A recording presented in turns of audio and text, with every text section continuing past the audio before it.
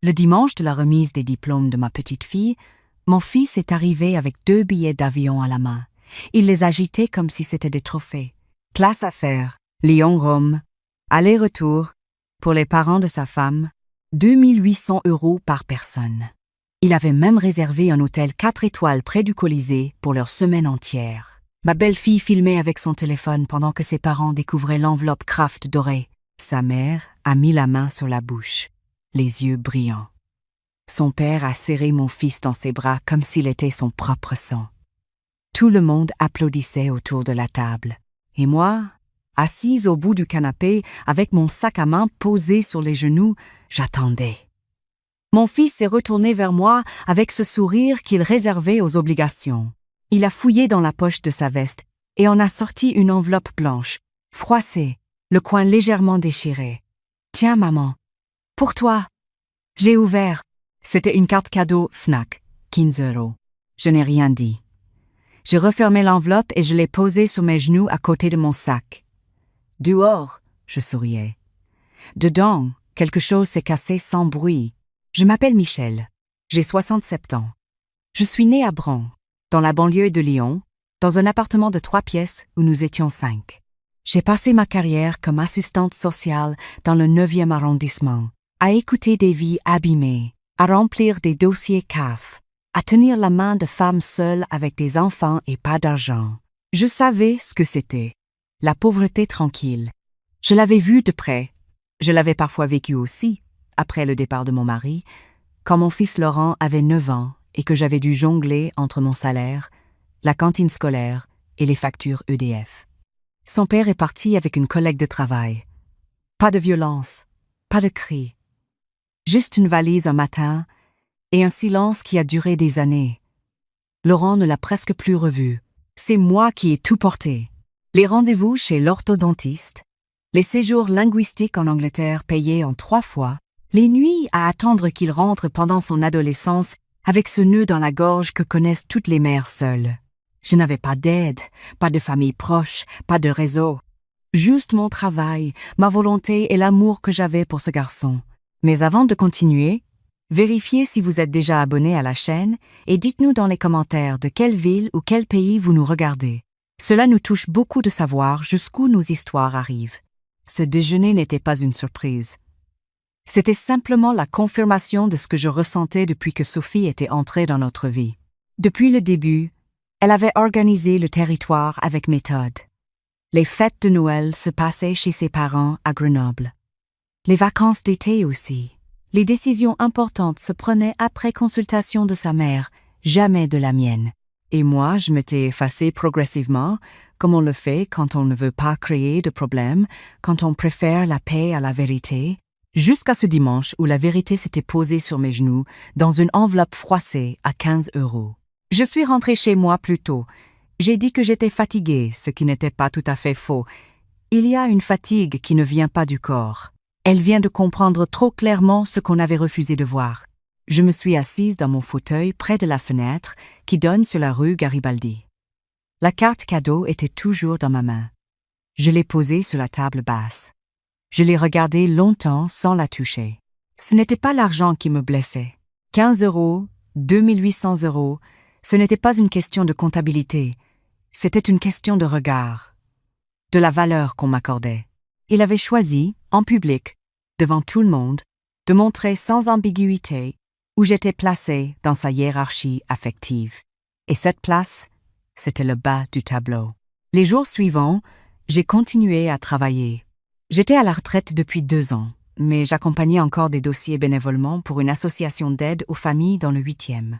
Je prenais le tram le matin, je rentrais à midi, je mangeais seule, en regardant le quartier par la fenêtre. Et dans ma tête, une phrase tournait en boucle. Ses parents ont reçu Rome. Moi, j'ai reçu 15 € dans une enveloppe déchirée. Un soir, en rangeant des dossiers dans le bureau du fond, je suis tombée sur une chemise cartonnée que je n'avais pas ouverte depuis des années. À l'intérieur, des documents notariaux. L'acte d'un studio que j'avais acheté en 2009 à Villeurbanne, au moment où les prix étaient encore accessibles. À l'époque, c'était un effort énorme. J'avais mis toutes mes économies et contracté un petit crédit. Quand Laurent et Sophie avaient cherché leur premier logement ensemble en 2015, je leur avais proposé d'utiliser le studio comme pied à terre pendant qu'ils cherchaient quelque chose de plus grand. Je n'avais jamais demandé de loyer. C'était un geste, un élan maternel comme on en fait, sans réfléchir quand on aime quelqu'un. Ce que j'avais oublié, c'est que je n'avais jamais mis fin à cet arrangement par écrit. Le studio était toujours à mon nom. L'acte, la taxe foncière, les appels de charges de la copropriété, tout arrivait chez moi. Ils avaient cessé d'y habiter depuis longtemps, je le savais. Mais je ne savais pas exactement ce qu'ils en faisaient. J'ai posé les documents sur la table et je suis restée là, la lumière du bureau éclairant le papier jauni. J'ai pensé à une chose que Laurent avait dite en passant, l'année précédente, lors d'un dîner. Il avait mentionné un investissement locatif en baissant légèrement la voix. Sur le moment, je n'avais pas fait le lien. Maintenant, j'y pensais différemment. Le lendemain matin, j'ai appelé le syndic de la copropriété de Villeurbanne. J'ai demandé si des locataires étaient enregistrés dans l'appartement. La réponse est arrivée dans la journée. Un bail était en cours depuis 10 à 7 mois, au nom d'un locataire que je ne connaissais pas. Les loyers perçus allaient sur un compte que je ne reconnaissais pas non plus. J'ai raccroché. Je me suis assise. Je respire lentement. Mon studio était loué. Par mon fils, avec des locataires que je n'avais jamais rencontrés. Et l'argent des loyers allait dans sa poche depuis près d'1 an et demi. Je n'ai pas appelé Laurent ce soir-là, ni le lendemain. J'ai attendu, pas par faiblesse, mais parce que je savais que la précipitation était l'ennemi de la clarté. J'avais passé 30 ans à gérer des situations complexes avec des familles en crise. Je savais ce que voulait dire prendre le temps de comprendre avant d'agir. Ce que je vivais, c'était personnel, mais la méthode restait la même. Laurent a envoyé un message 2 jours après la fête. « Alors maman, tu vas bien ?» T'étais bizarre en partant. J'ai répondu simplement. « Oui. » Il a envoyé un 2e message. « T'es fâchée à cause de la carte cadeau ?» Je suis restée silencieuse. Il a appelé le soir. J'ai décroché. Il a commencé à parler avant même que je dise bonjour. « Écoute maman, la carte cadeau c'était pas idéal, je sais, mais Sophie avait tout organisé pour ses parents et moi j'avais pas prévu de cadeau. J'ai fait ce que j'ai pu dans l'urgence. Et puis toi, tu me dis toujours que t'as besoin de rien. » J'ai fermé les yeux, j'ai laissé la phrase flotter, et j'ai dit seulement une chose, on se verra quand tu voudras. Sa voix a changé de ton. « Maman, dis-moi franchement si t'es fâchée. » Et j'ai répondu doucement. « Je ne suis pas fâchée, Laurent. » Je réfléchis. Silence à l'autre bout. Puis sa voix, plus basse, plus hésitante. « Maman, ne fais rien sans me parler avant, d'accord ?» Voilà. C'était là. La peur. Pas la culpabilité pour la carte cadeau, pas l'amour blessé pour sa mère. La peur, il avait compris que quelque chose avait changé, et il ne savait pas encore ce que c'était. Mais il savait qu'il avait peu, être été trop loin dans trop de directions. J'ai raccroché doucement. Je me suis levée. Je suis allée faire chauffer de l'eau pour une tisane et j'ai regardé la nuit par la fenêtre de la cuisine. Le lundi matin, je me suis rendue à l'étude notariale du quartier où j'avais fait authentifier l'achat du studio en 2009. J'avais pris rendez-vous la semaine précédente, sans donner de détails. La collaboratrice qui m'a reçue était une femme jeune avec des lunettes rondes. Elle a vérifié les références cadastrales. Tout était à mon nom. Le studio de Villeurbanne, 62 mètres carrés. Appartement en bon état selon le dernier état des lieux que j'avais conservés, me montrait le registre de propriété sans ambiguïté. Aucune donation, aucun transfert, aucune hypothèque déclarée. J'ai demandé une copie certifiée de l'acte et un certificat de situation hypothécaire. L'employé a souri, sans poser de questions. J'ai payé les frais, mis les documents dans mon sac, et je suis sortie dans la lumière de la rue. Dehors, le tram passait. Les étudiants rentraient avec leurs sacs à dos. Une vieille dame nourrissait des pigeons près du kiosque à journaux. Lyon vivait son mardi matin ordinaire. Et moi, j'avais l'impression que mes pas touchaient le sol différemment. Plus assurée, plus décidée. Le lendemain, je suis allée voir Martine, une avocate que je connaissais depuis des années à travers mon travail social. Elle avait un cabinet discret près de la place Bellecour. Je n'avais jamais eu besoin de ses services pour moi-même. Cette fois, c'était différent. Je lui ai tout exposé calmement, sans tremblement dans la voix. Le studio, le bail au nom d'un inconnu, les loyers perçus sans mon accord, la durée. Elle a pris des notes en silence. Quand j'ai eu terminé, elle a levé les yeux vers moi. Ce que tu décris, c'est une utilisation non autorisée d'un bien immobilier dont tu restes pleinement propriétaire. Il n'y a aucun mandat de gestion à ton nom, aucun accord écrit. Techniquement, les loyers perçus te reviennent intégralement. Je t'ai regardé et j'ai dit simplement « Je ne veux pas son argent. Je veux récupérer ce qui est à moi et qu'on ne puisse plus jamais l'utiliser à ma place. » Martine a hoché la tête. Elle m'a expliqué ce qu'elle allait faire. Envoyer une mise en demeure officielle. Bloquer toute possibilité d'utiliser le bien comme garantie d'emprunt. Engager une procédure de fin de bail avec préavis légal. Tout passerait par voie officielle. Mon fils recevrait une lettre recommandée avec accusé de réception. Tu veux qu'il sache que ça vient de toi directement? J'ai réfléchi une seconde. Il le comprendra par lui-même. Je suis rentrée à pied. Il faisait un froid propre, ce genre de froid de novembre qui sent la pierre mouillée et les feuilles sur les trottoirs. Je me souviens d'avoir pensé à Laurent enfant, quand je le tenais par la main pour traverser le cours Gambetta. Il avait des bottines rouges et un bonnet trop grand qui lui tombait sur les yeux. Il riait tout le temps à cet âge-là. Je n'essayais pas de me souvenir de lui avec tendresse pour atténuer ce que je faisais. Je me souvenais simplement. C'était deux choses séparées maintenant. L'amour qu'on avait eu et ce qu'il était devenu. Le jeudi, Sophie a envoyé un message pour la première fois depuis des semaines. « Michel, bonjour, on pensait peu être passé vous voir ce week-end avec les petits, ça ferait du bien à tout le monde. » J'ai lu le message 3 fois. J'ai pensé au timing parfait de cette invitation soudaine. J'ai répondu « Je ne suis pas disponible ce week-end. » Pas d'explication, pas de contre-proposition. L'accusé de réception est arrivé chez mon fils le vendredi suivant. Je le sais parce qu'il a appelé dans l'heure. J'étais à l'association quand mon téléphone a vibré. J'ai regardé l'écran. Laurent. J'ai laissé sonner. Il a rappelé 3 fois dans l'après-midi. Le soir, j'ai écouté ses messages. Sa voix avait perdu son assurance habituelle. « Maman, j'ai reçu un courrier de ton avocate. Je comprends pas. Tu aurais pu m'appeler d'abord. On peut en parler. C'est quoi ce cirque? » Le deuxième message, plus court. « Maman, rappelle-moi s'il te plaît. Le troisième, j'arrive samedi matin. Il est arrivé à 10 heures, seul. Il portait une veste que je ne lui connaissais pas, trop élégante pour une visite chez sa mère. Il s'est assis en face de moi dans le salon, sans regarder autour de lui, comme si il redécouvrait l'endroit.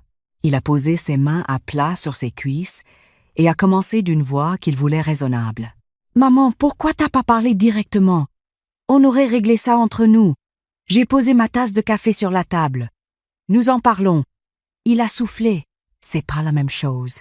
Passer par un avocat, comme si j'étais un étranger. J'ai répondu calmement. Tu as loué mon appartement pendant 10 à 7 mois sans me le dire. Je suis restée silencieuse un moment. Puis j'ai ajouté. Comment tu appellerais ça, toi? Il a baissé les yeux. Il a essayé une autre approche. On pensait pas que ça te poserait un problème. Le studio servait à rien. Tu allais jamais là-bas. J'ai regardé par la fenêtre. Le servir à rien n'est pas une autorisation de l'utiliser. Il a changé de tactique. Sophie et moi, on a besoin de ce revenu complémentaire. Les crédits, les traites, c'est beaucoup. La vie est chère. Je me suis tournée vers lui. Quand j'ai eu besoin d'argent pour t'élever seule, la vie était chère aussi. Personne ne m'a offert un studio. J'ai économisé pendant 20 ans pour acheter le mien. Long silence. Il a croisé les bras. Alors c'est ça, tu te venges de la carte cadeau. J'ai eu envie de sourire, mais je me suis retenue. Non. Je récupère ce qui m'appartient. Ce sont deux choses très différentes. Il a essayé encore. On a fait des travaux là-bas. On a refait la salle de bain, changé le parquet. J'ai répondu sans hausser la voix. Ce sont des améliorations sur un bien dont vous n'aviez pas la jouissance légale. Tu peux en discuter avec Martine. Il est resté silencieux. L'air dans le salon était lourd maintenant. Il regardait ses mains. Maman, le locataire a un bail en cours. On ne peut pas le mettre dehors du jour au lendemain. La loi protège les locataires. Je sais. J'ai travaillé avec des familles locataires toute ma vie. Martine gérera les délais légaux. Il s'est levé, a fait 2 pas vers la porte, puis s'est retourné. Et pour Noël, t'as prévu quoi? J'ai pris ma tasse. Je ne sais pas encore. Il a hoché la tête lentement, comme quelqu'un qui prend la mesure de quelque chose. Il est parti sans embrasser. La semaine d'après, Sophie est apparue à mon immeuble. Je l'ai vue depuis le balcon. Elle portait un manteau beige, cheveux défaits, l'air de quelqu'un qui prépare une conversation depuis des jours. Je suis descendue la retrouver dans l'entrée. « Michel, il faut qu'on parle franchement. » J'ai ouvert la porte. « Entre. » Elle s'est assise sur le bord du canapé sans enlever son manteau. Elle a commencé par remercier pour le studio, pour les années, pour ma générosité. Puis elle a parlé de leur projet, de la formation de leur fils aîné, des travaux de la maison, du crédit immobilier.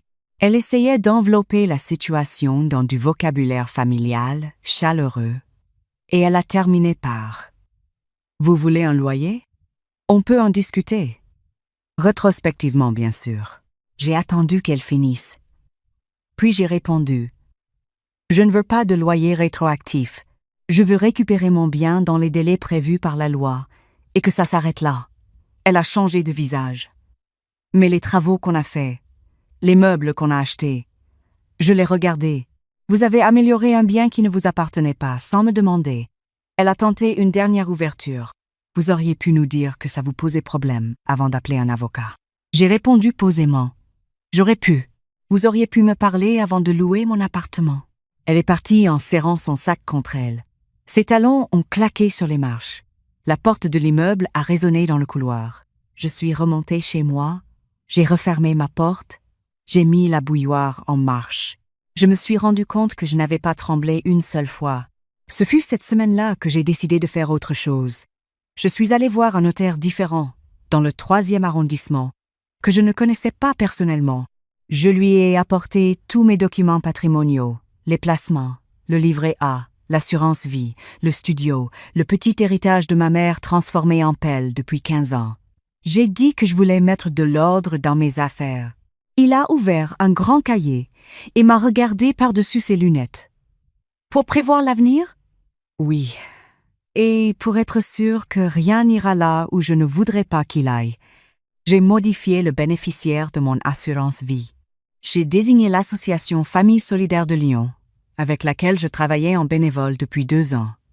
Ils accompagnent les parents isolés dans les démarches administratives. Je connaissais leur travail. Je savais que chaque euro irait quelque part de concret. J'ai rédigé mes volontés testamentaires en précisant les grandes lignes. Le notaire a lu, a signé, a tamponné. Il m'a regardé une dernière fois avant de refermer le dossier. « Vous êtes sûr? » J'ai dit. « Je suis très sûr. » En sortant, je me suis arrêtée devant une librairie. Dans la vitrine, un roman dont j'avais entendu parler à la radio. Je suis entrée. Je l'ai acheté. Je suis ressortie avec le livre sous le bras et un sentiment étrange dans la poitrine. Pas de la fierté, pas de la colère, quelque chose de plus calme, comme quand on range une pièce qui était en désordre depuis longtemps et qu'on se retourne sur le seuil pour regarder l'espace retrouvé. Laurent a rappelé plusieurs fois cette semaine-là. Des messages brefs, chacun légèrement plus désespéré que le précédent. « Maman, on peut discuter. Maman, réponds au moins. Maman, le locataire a été prévenu. Il cherche un logement. » Je lisais et je rangeais le téléphone dans mon sac. Un après-midi, en rentrant de l'association, je suis passée devant la boulangerie où j'emmenais Laurent le dimanche matin quand il était petit.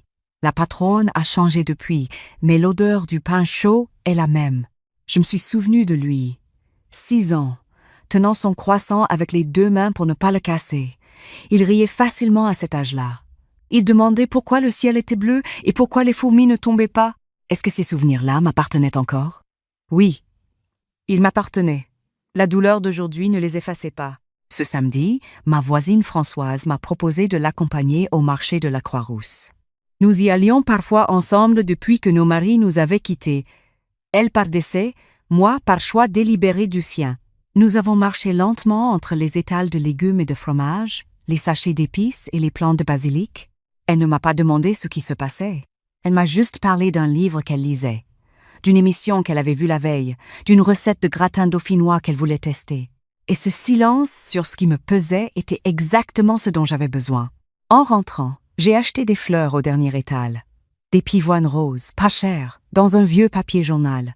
Je les ai mises dans un vase sur la table de la cuisine. Je les ai regardées un long moment en buvant mon café. Personne ne me les avait offertes. Je me les étais offertes moi-même. Et c'était très bien ainsi. Le mardi suivant, Martine m'a appelé.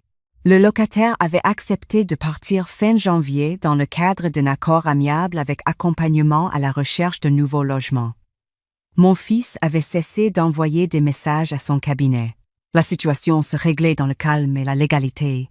Elle m'a dit « Tu as bien fait les choses. » J'ai répondu « J'ai juste fait ce que j'aurais conseillé à n'importe quelle femme à ma place. » C'est cette semaine-là qu'une jeune femme est venue à l'association pour la première fois.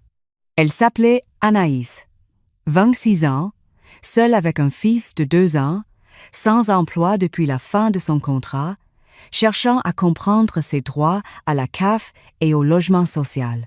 Elle était assise en face de moi, les mains serrées sur ses genoux, les yeux légèrement rouges. Elle s'excusait d'être là comme si demander de l'aide était une faute. Je lui ai dit « Il n'y a rien à excuser. Vous faites ce qu'il faut. On va regarder tout ça ensemble. » En l'écoutant, en remplissant ses dossiers avec elle, j'ai senti quelque chose se remettre en place dans ma poitrine. Pas la réconciliation avec mon fils, pas l'oubli de ce dimanche avec la carte cadeau froissée, mais quelque chose de plus vaste, la certitude que ma vie avait un sens qui ne dépendait pas de lui. Je suis retournée chez le notaire une dernière fois fin novembre. J'ai signé les derniers documents concernant le studio. À partir de maintenant, toute décision concernant ce bien passerait par mon accord écrit et notarié. Aucune possibilité de délégation tacite, aucune zone grise. L'employé qui avait traité mon dossier depuis le début m'a tendu les copies avec un sourire simple. Voilà, tout est en ordre. J'ai rangé les papiers dans ma chemise cartonnée bleue.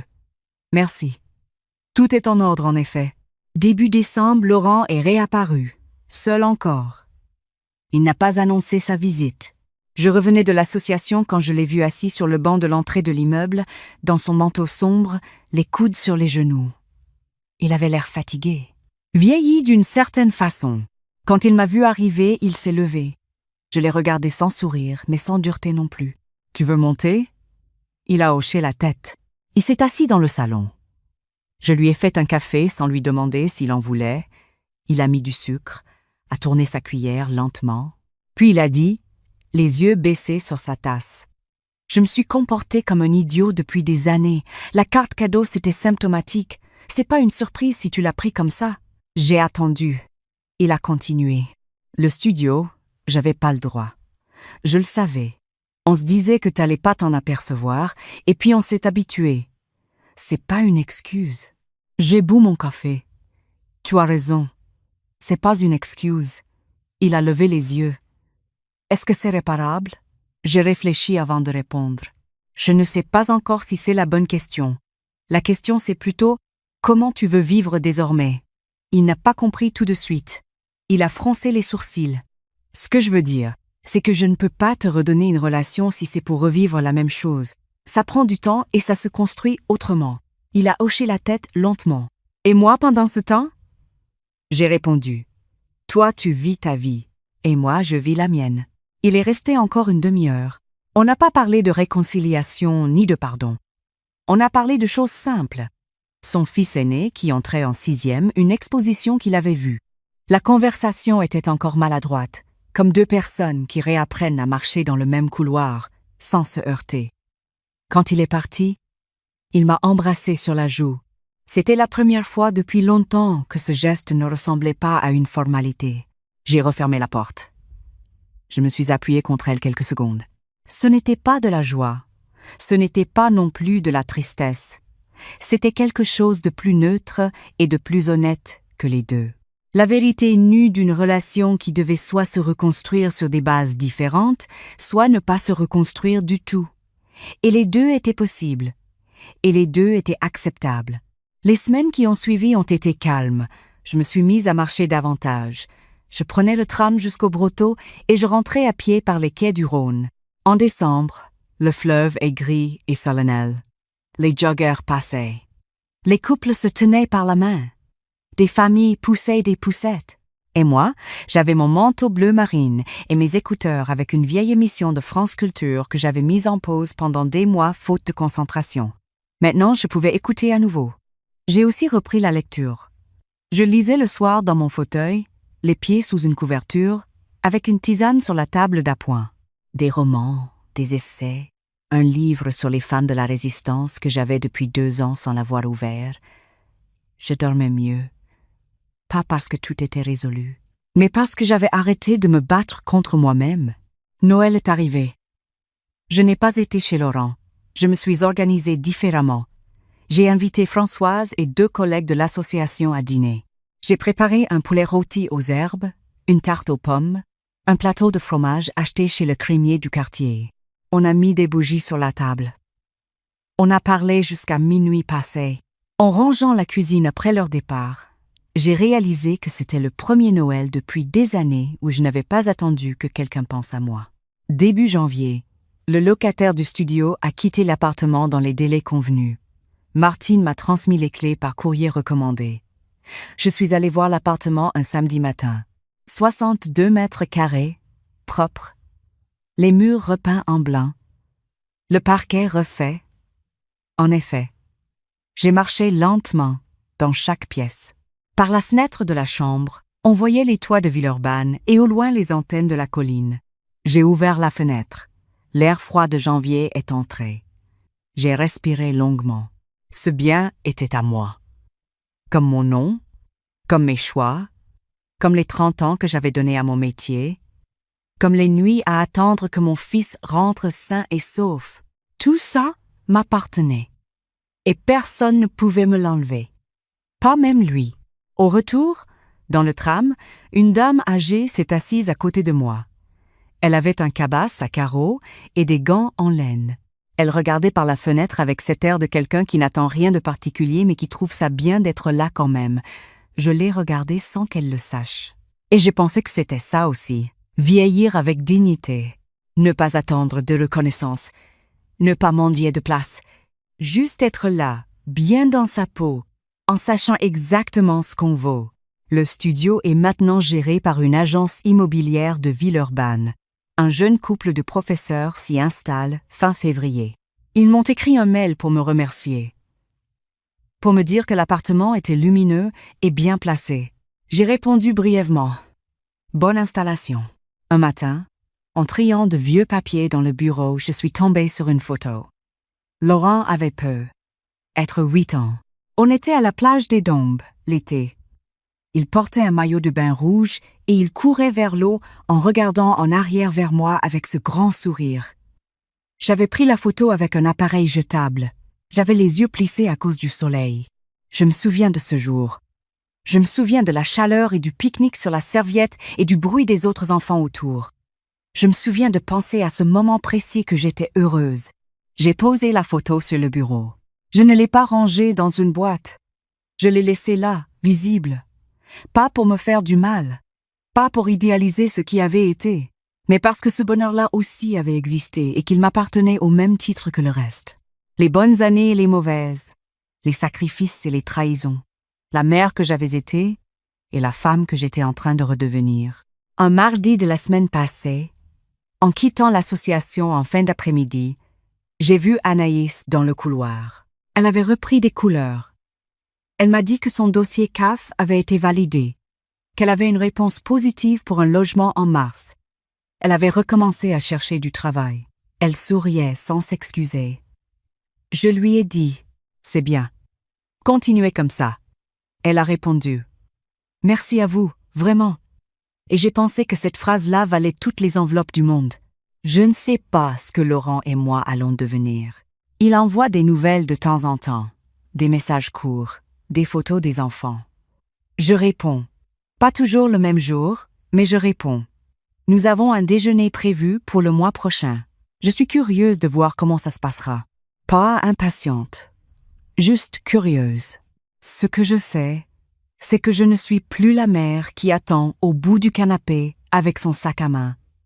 Je ne suis plus celle qui accepte l'enveloppe froissée avec un sourire de façade. Je ne suis plus celle qui efface pour que les autres puissent exister pleinement. Je suis Michel, 67 ans, Assistante sociale à la retraite. Propriétaire d'un studio à Villeurbanne. Bénévole le mardi et le jeudi. Marcheuse le week-end. Lectrice le soir. Et si un jour quelqu'un décide à nouveau de me placer au bout d'un tableau, il découvrira simplement que je ne suis plus là pour le regarder accroché. Ce matin, en ouvrant l'atelier de couture de ma voisine Françoise où je l'aide parfois, j'ai trouvé un petit mot plié sous la porte. Elle avait écrit à la main, avec son stylo vert habituel. Pour Michel, qui n'a pas besoin qu'on lui rappelle sa valeur. J'ai plié le papier, je l'ai mis dans ma poche et j'ai commencé ma journée. Si cette histoire a touché votre cœur, répondez-moi dans les commentaires. À ma place, qu'auriez-vous fait?